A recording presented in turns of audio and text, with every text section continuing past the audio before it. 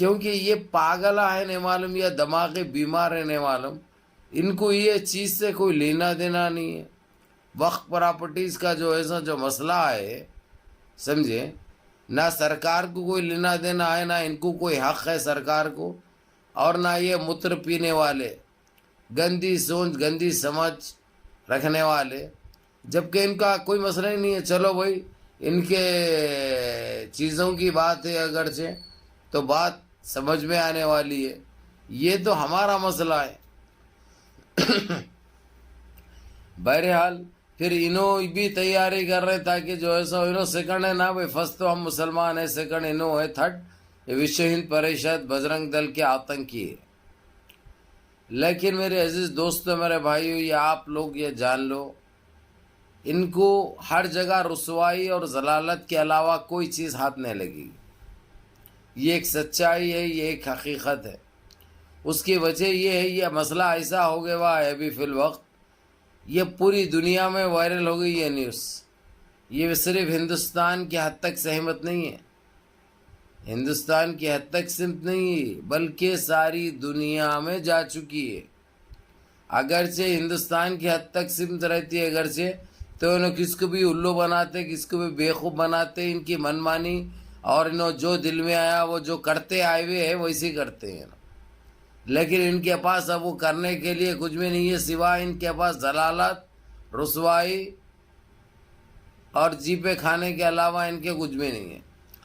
تو میرے عزیز دوستو میرے بھائیوں میری ماں اور بہنوں، یہ ہمارے لیے بہت بڑی بات ہے. 2 دن کے بعد تو فیصلہ آئے گا، لیکن اس سے پہلے آپ لوگوں کو پتہ ہے جس طریقے سے سارے دیش کے مسلمان روڈوں پہ نکل چکے ہیں اور ایک ہی مانگ کر رہے ہیں کہ یہ سرکار کو ریزن دینا چاہیے، یہ سرکار کو استعفیٰ دے دینا چاہیے، یہ سرکار بیٹھنے اور حکومت کرنے کے لائق نہیں ہے.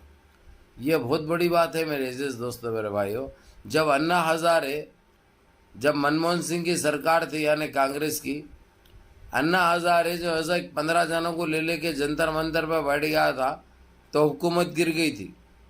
مگر وہ عزت دار لوگ تھے، وہ عزت دار لوگ تھے. یہ بے شرموں کو تو جو ہے سو انہوں ہوش سنبھالے جب سے بے شرمی کے علاوہ انہوں کوئی چیز دیکھے نہ کرے، تو ان سے یہ امید نہیں کی جا سکتی جب تک یا جو ہے سو یعنی عوام جو کر رہی ہے ابھی اس کو کنٹینیو رکھنا پڑتا. اور ایک 4 دن رہا اگرچہ یہ چیز جاری تو انہوں یہ چیز برداشت نہیں کر سکتے، تو ان کو جھک مرا کے بل کینسل کرنا پڑتا. میں سپریم کورٹ کے علیحدہ اس کے علاوہ جس طریقے سے جو پروٹیسٹ نکلے ہوئے وقف بل کے خلاف، تو میں اس کی بات کر رہا ہوں. لیکن میرے عزیز دوستو میرے بھائیوں، ابھی ہمارے کو جو ہے سو ان چیزوں میں الجھنے کی بجائے سپریم کورٹ کا بھی پیر کے دن دیکھ لینا چاہیے. جبکہ ہم کو امید ختم ہو گئی، کیونکہ ہم نے اس کا فیصلہ بابری مسجد کے لیے جو دیکھا، اس کے بعد سے جو اعتبار نام کی چیز ہے نا وہ ختم ہو چکی ہے. اور ابھی کوئی آتنکی یہ نہیں کہہ سکتا کہ تم اس کے بارے میں اس کے خلاف مت جاؤ، یہ بل کے خلاف مت جاؤ. ہم ان کی کسی کی سننے والے نہیں ہیں، کیونکہ اگرچہ آج خاموشی اختیار کرے ہم، تو پھر آگے نہ ہم کسی کو سنا سکتے، نہ ہمارے حق کے لیے لڑ سکتے، نہ کسی کے اوپر گلا ہے نہ شکوہ ہے. تو اس لیے اب اللہ سبحانہ تعالیٰ آپ لوگوں کے ہاتھ رکھا ہے یہ چیز. وہ ساری چیزاں تو اتر کے آ کے نہیں کرتے، بیٹھے جگہ تو نہیں بولتے کہ جو ایسا نہیں ایسا ہے، ایسا نہیں ایسا کرو، ایسا نہیں ایسا نہیں ہو جائے.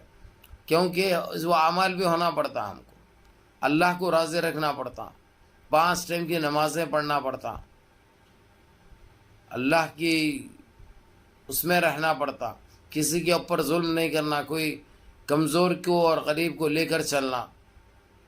یہ چیزیں ہمارے پاس نہیں ہیں. ہم جیتے جاگتے ایک مثال بنے ہوئے، جب وقت برا آتا ہے تو ہم اللہ کو یاد کرتے ہیں، اس کے بعد ہم پھر یاد نہیں کرتے. یعنی ہماری اتنی احسان فراموشی تو دنیا کا کوئی انسان نہیں کر سکتا. یہ ایک حقیقت ہے، ایک سچائی ہے. بہرحال میرے عزیز دوستو میرے بھائیوں میری ماں اور بہنوں، آپس میں بٹو مت. اہل حدیث، تبلیغی، اہل سنت والجماعت، برولی، گوبندی، سارے کلمہ پڑھنے والے ایک رہو.